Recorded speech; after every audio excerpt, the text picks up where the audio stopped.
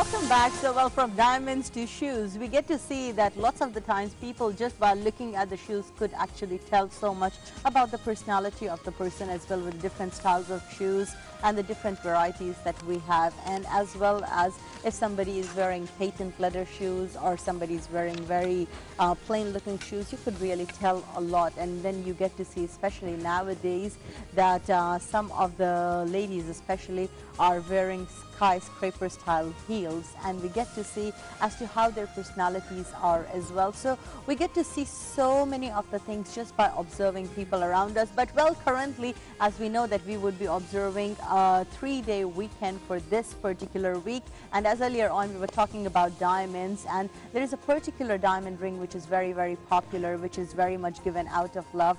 That is a promise of love, that is today, tomorrow and forever, 3 pieces of diamonds. If you go ahead and invest in this particular ring on the course of the weekend, you would remember the 3-day weekend always in your life, as long as you do not lose your ring. But anyways, on this note, as Ghazi kept stating that diamonds are expensive, we are going to be moving on towards a very interesting discussion with our very esteemed guest here in the studio.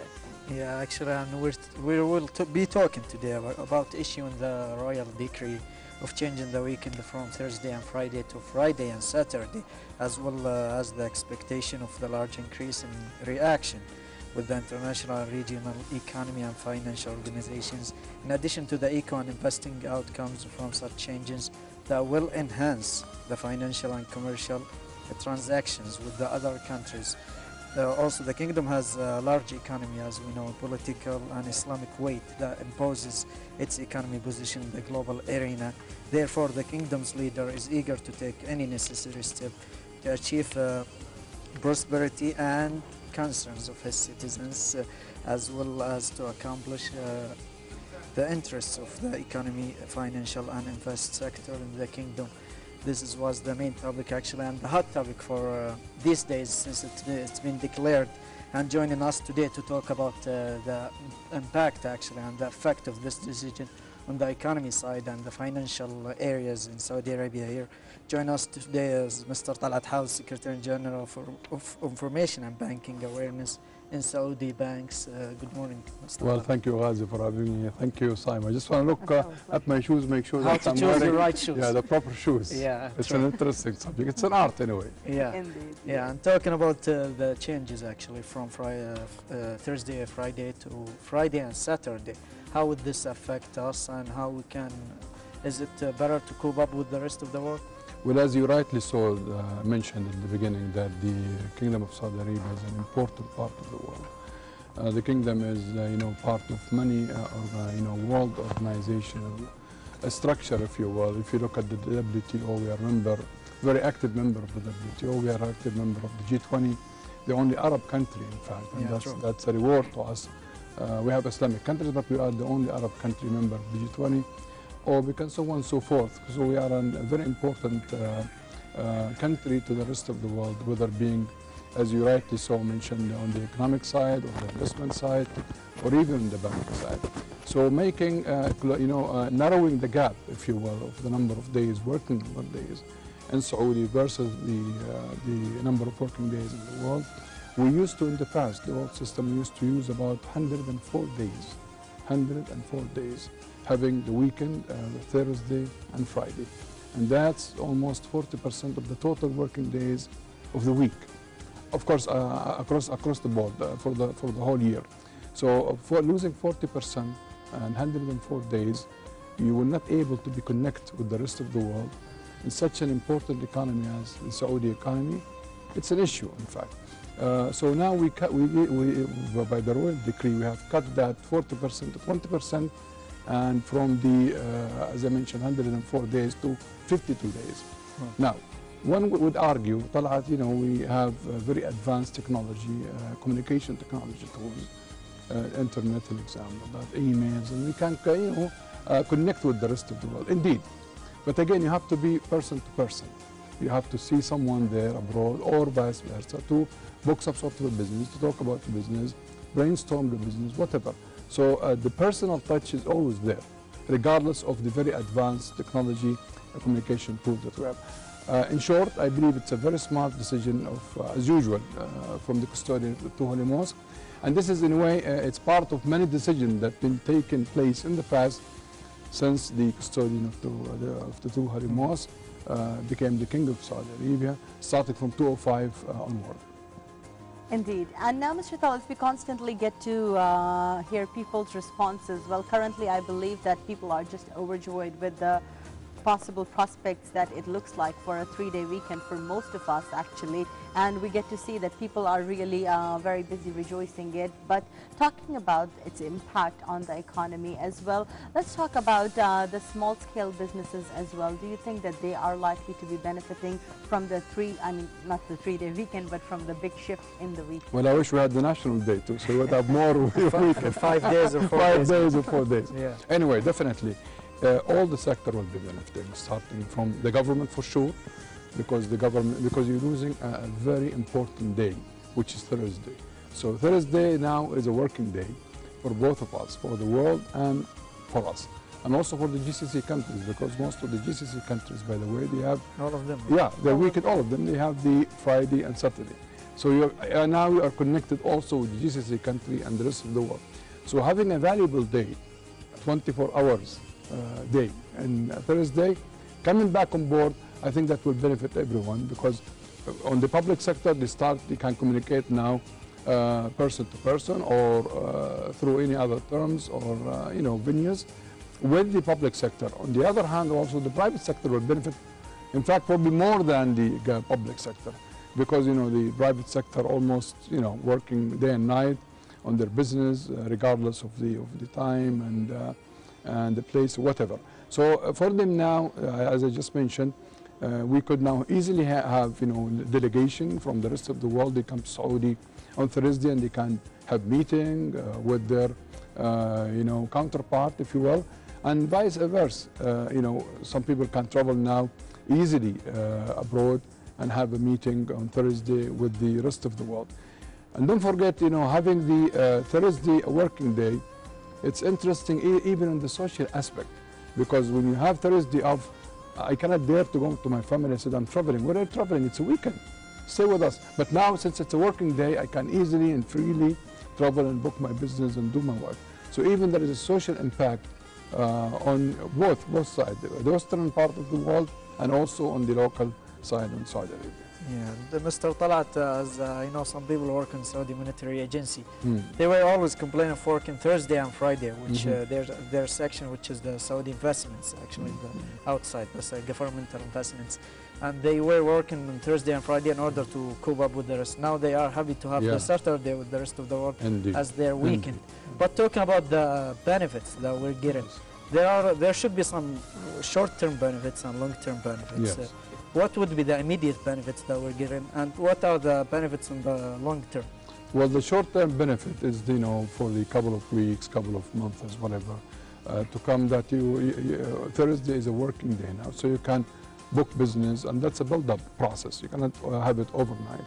But of course, the long-term benefit that you start building up your business accordingly, and you're building up your financial exchange, whatever, whether being financial market or stock market or being the investment side of it. So that's a build-up for the future.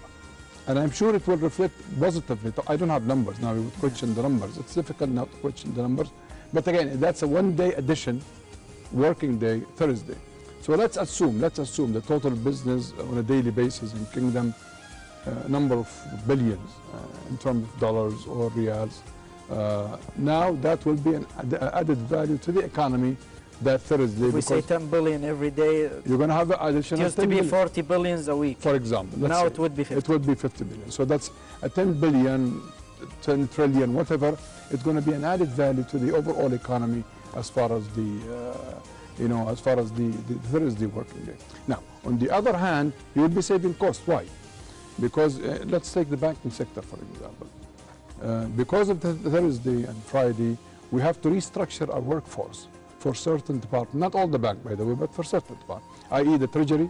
We have to restructure the working force and the timing hours or whatever, and to have some people working Thursday because we have to entertain our customers. We cannot shut down the treasury, very important,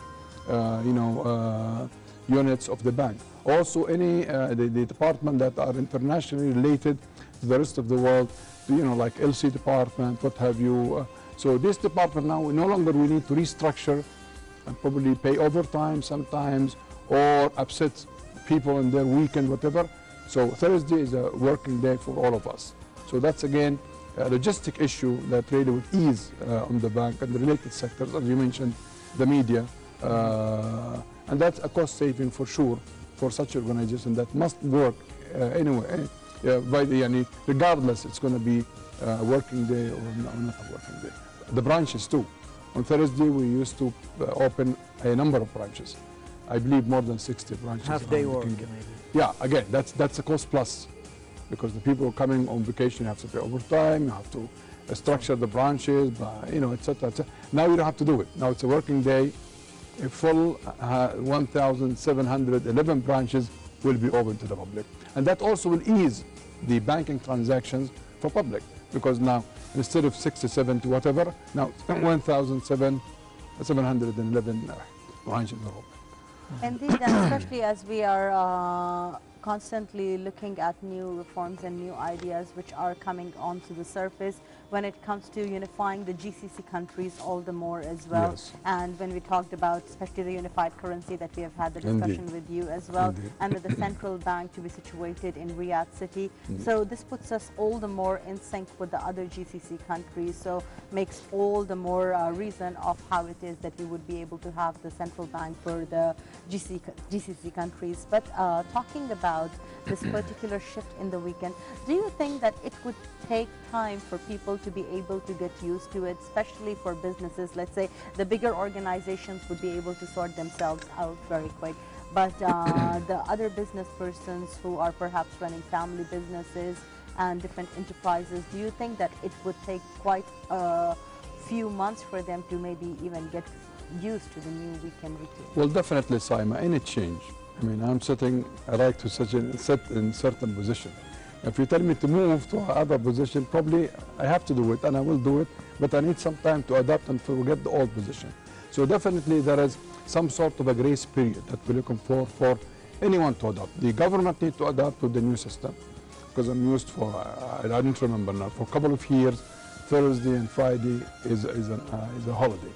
Now, Thursday is a working day, and Saturday is a holiday. It used to be a working day. So definitely, excuse me? It's so difficult to see you Thursday and yeah, weekend. probably I talk to myself. Yeah. Probably Saturday, next Thursday, or maybe this is coming Saturday, I will go to work. I will start putting my top on and take my car and go to work. Yeah. And then I remember it's a holiday. So definitely there is an adaptation time. But I don't think it's a very severe adaptation time. You know, it takes probably, I don't know, a week, 2 weeks, 3 weeks, 1 month, 2 months to adapt. But definitely, maybe in the government part or in the private sector, maybe to need to readjust things that they used to hold until Saturday, they will do it on Thursday instead. So a little bit of structure here and there, it will definitely take place. But again, it's not a big issue. Yeah, Sunday now started to become a heavy day. Yeah, and right. People used to hate Saturday, most people, because it's started. Yeah, now they would love it the most, yeah, because it's they're full so of. So definitely there is a time. There is a time to make a soft re-entry to the new mode. It would take actually a few months. Definitely, to do definitely. So. But as Ministry of Labor yesterday, I read in the news, they were saying the only weekend for the private sector is the Friday. Which is the royal decision was declared for the governmental ministers. Yes. And the private sector officially, like in the documents, it's only Friday. Yes. But they chose Thursday, like to go with the government. No? Yes. Are they planning? When they planning maybe to move, or is it different from bank to another, from a company to another, like starting their special weekend and the change? Actually. Well, let's put things into perspective. I mean, we should not look at this royal decree that the Thursday is a working day and the weekend will be Friday and Saturday. We have to be consistent. We have to look at all decisions that took place, all initiatives that took place, Ministry of Labor, the banking sector, SAM in that regard, whatever. Now there is a big argument going on, and the Shura is taking the lead, Majlis Shura or the Shura Council. is to have a long weekend for the private sector, i.e.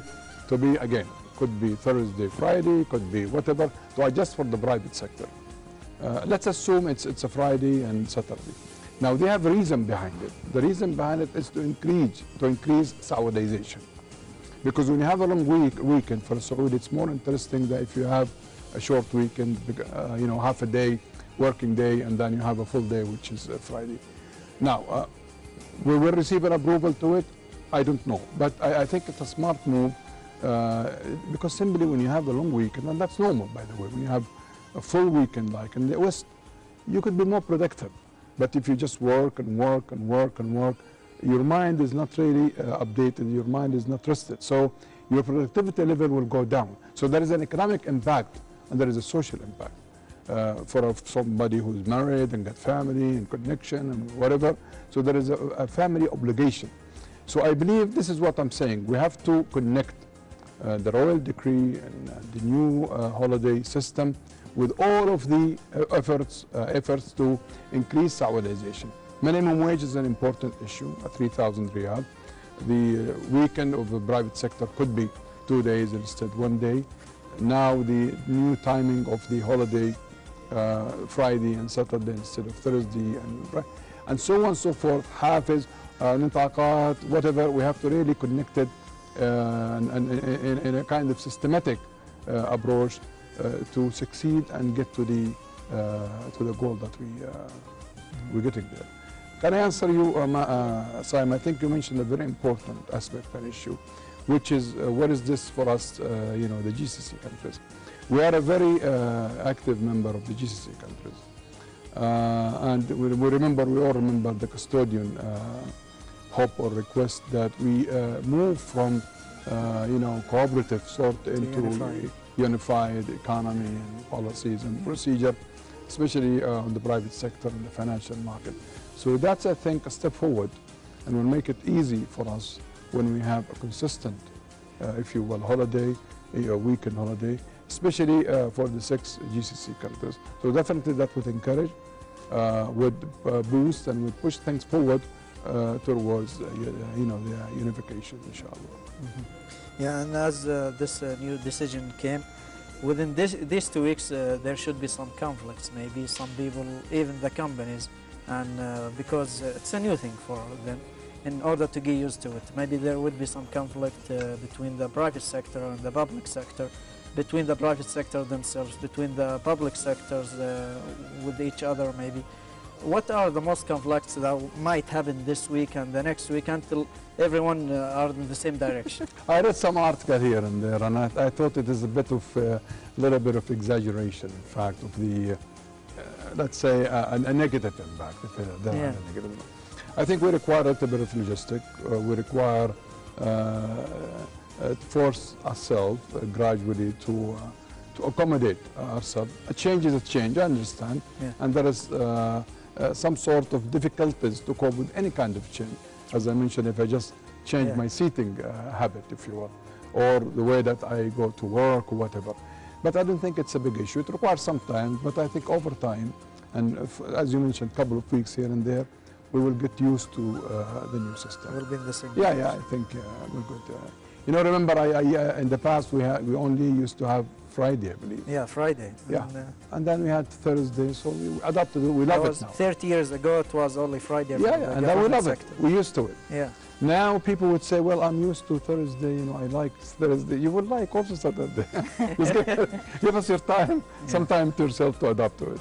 Indeed, and well, as earlier you mentioned about human psychology for the holidays and the time off that they need from work, we get to see that this is also part of human psychology, that even when something old is packaged in a new way and gifted to them, they are very happy and excited about it because they have received a gift nonetheless. So Saturday, so many people are receiving it as an absolute gift because they've forgotten about Thursday and they're concentrating on a new weekend day that they're going to be having, which is Saturday. So they're still going to be having, many of the people, as they were customary used to, the 2-day weekend. They are still going to be continuing to have the 2-day weekend, but Saturday is a new day for them to enjoy. But as we get to see that the GCC countries are so close together, there are many of the people who want to travel sometimes to the other GCC countries close by, even drive up to them. maybe to They have attend family, a by the way. particular- Yes, You know, they have relatives and family. Indeed. Kuwait, Qatar, Bahrain. Yeah, indeed. Indeed. So sometimes they want to maybe travel to attend a special occasion, an event which is happening in another part of the GCC country, and they might not be able to because of Saturday being the working day. So now many of those people are free as well.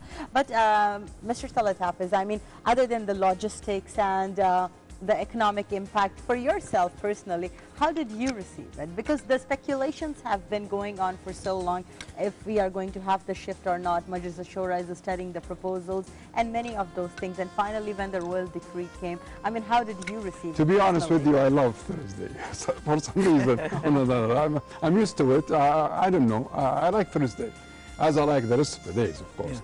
So for me now, I have to adapt and readjust my, working clock, my whatever, my biological clock or whatever, and that's normal. So the first Thursday, the second Thursday will be a bit difficult because I'm programmed myself to do certain things on Thursday that I cannot do during the rest of the weekend. And I have planned myself for years like this. Now, to readjust for it, to adapt for the new change, it's going to be a bit difficult, but I'm sure I'll get over it because I'll start rearrange myself on Friday and Thursday, and Saturday. It will take some time, but I don't believe it's a hardship thing and something that's really impossible and unachievable. No, it is achievable, but it requires sometimes. Also for the family, Thursday used to be a family day for a long time, so we had our program to go here and there, and now I will change, and we will adapt to it, I'm sure.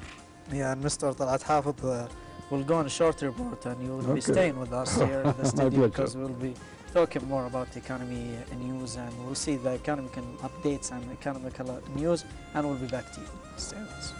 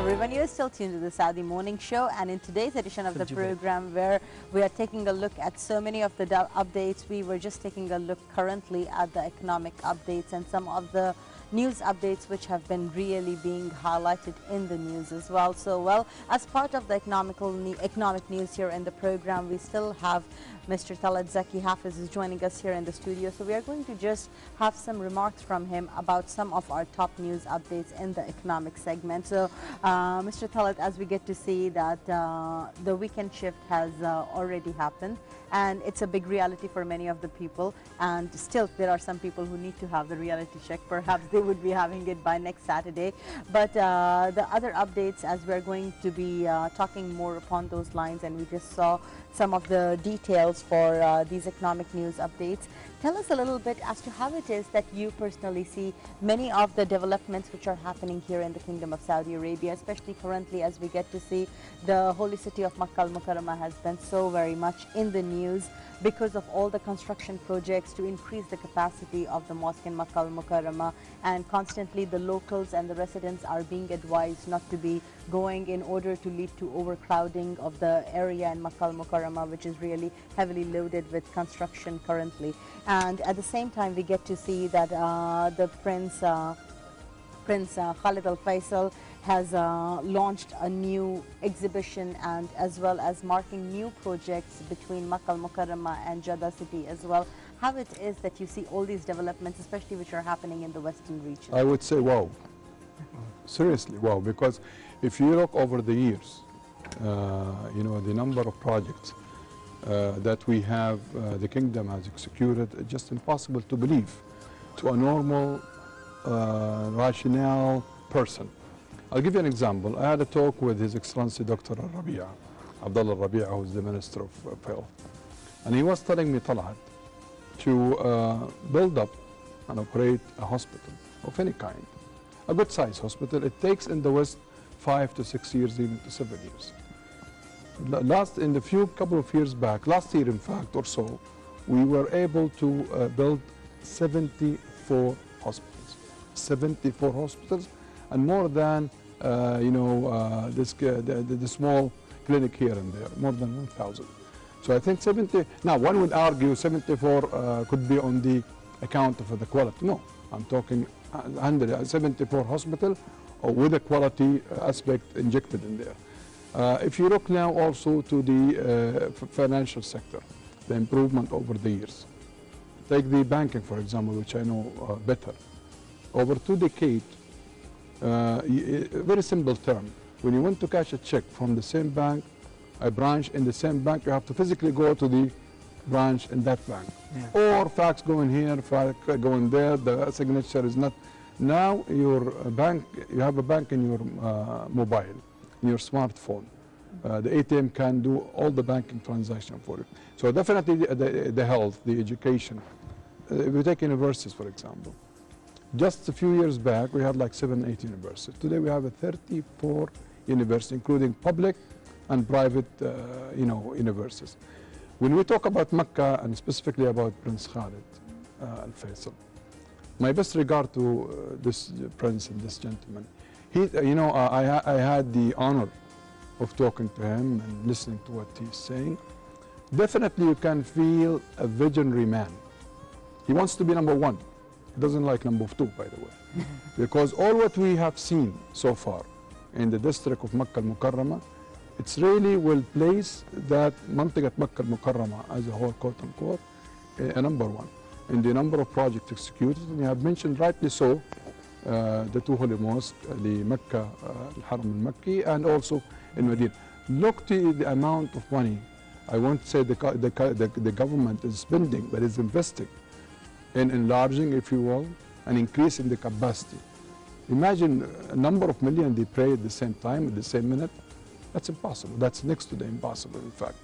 So I think what we have seen and what Prince Khalid is doing, and the one that really can read Prince Khalid's mind, definitely he will confirm, and he agree with me 100%, that this gentleman, he has a vision, he has a plan, he looks ahead, he doesn't deal with his time, he thinks as of today. He deals with 10 and 50 years ahead of time. And we will see it, of course, but definitely we have to give time to things to happen. Yeah. We cannot, you know, have it overnight. But definitely what we can see in the district of Makkah al-Mukarramah, things are happening and moving in the right track. And moving to another topic, which is Shura Council yesterday in their meeting approved the equality between female and male citizens in the entire terms of obtaining real estate loans. As you are in banking sectors, what do you think of this decision? You know me, I'm very blunt when I talk about the issue. Yeah. I think the equality between the female and male in Saudi is really granted. And it's not granted only by the government to start with, but it's granted, alhamdulillah, by our religion. Islam, or equated. Okay, there are certain things applicable to the female we do understand and appreciate, and certain things applicable to the male which they cannot really to be exchanged. I understand. But overall, the rights are really protected from Islam onward to the government of Saudi Arabia. Today, what we see what the custodian of the two holy mosques, King Abdullah bin Abdulaziz, is doing, is really making sure that male and female getting their rights, whatever rights it's applicable. So I think by equating the real estate loan, I think that's normal, and that's a normal right to the female. Why should I, whoever I, differentiate in a loan?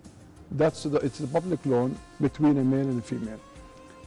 At the end of the day, we have to treat a citizen as a citizen. By the way, when we say a citizen, we don't mean a citizen is a man or a citizen is a woman. So it's all women and men. So I think that's a smart move from the Shura Council.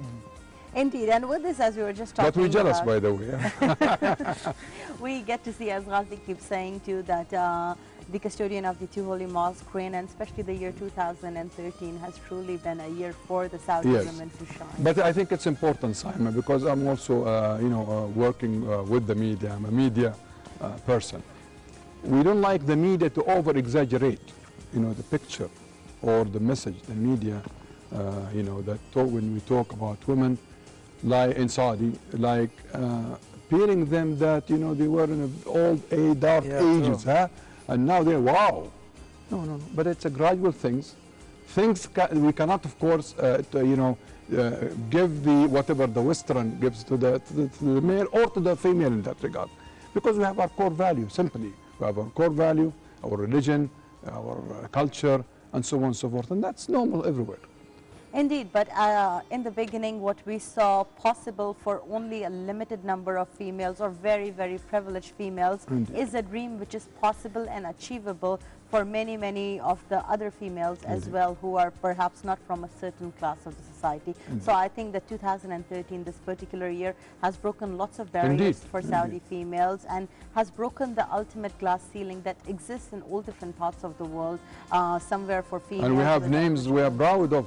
Scientists like, Thuraya Abed, Dr. Thuraya Abed, Khawla al-Kare'a, you name it, Hayat Sindi, you name it, you just name it. Certainly. But with this, Mr. Talat Hafiz, as we are talking about development and development of more rights for the women, to development of the city of Jeddah and in Makkah al-Mukarramah, Medina al-Munawwara, we get to see that in Jubail as well, there is going to be actually the largest factory in the world, which is going to be costing 517 billion. Now, this is of course, Jubail is a city which is very, very well known to us for all the perks that we enjoy because of the city of Jubail and how much of the economic growth comes our way from the city of Jubail itself. How is it that you receive these kind of developments? I think, again, that's a smart move from the government. And if you look to the Jubail a couple of years back, if you look to Yambo in that regard, a couple of years back, and look at Yambo today and look at Jubail today. So this is where when we talk about a sustainable growth, ongoing growth, this is what we mean by sustainability and continuous growth. By having a city like Jubail, by having a city like Yambo, it was a small city with here and there a little bit of economy, agriculture, whatever, or fishing in that regard, whatever. And look now to Jubail. It's one of the most important industrial city in the world. Not in the GCC, not in the Arab arena, but in the world. And the same thing would apply to Yambo. So that's a great project, definitely. It will definitely contribute lots of benefits to Jubail and to its people and to the surrounding. Because not only Jubail will benefit, Jubail and the surrounding areas of Jubail. So that's a great project I'm very happy to see it on. Yeah, and I'll come to you on this certain topic because I got one question that I wanted to ask you. But right after we check the stock market updates, Okay. as we'll ask you too. I hope you about won't it. ask me. Yeah, no, the stock market now is a little bit slowing down actually as we're in the summer. We'll check the updates from yesterday and today in the local stock market and the global stock market, and we'll be back to you. Stay with us.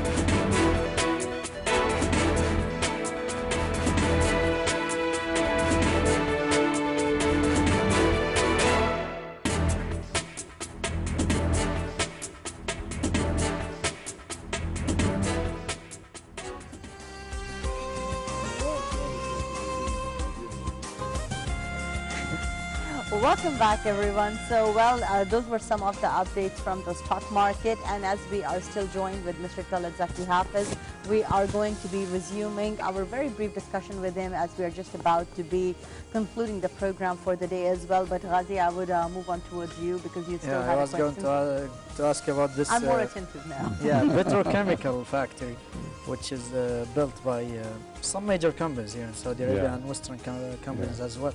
But how this such decision or such a project affect the banking and the benefits for the banking to finance such a projects?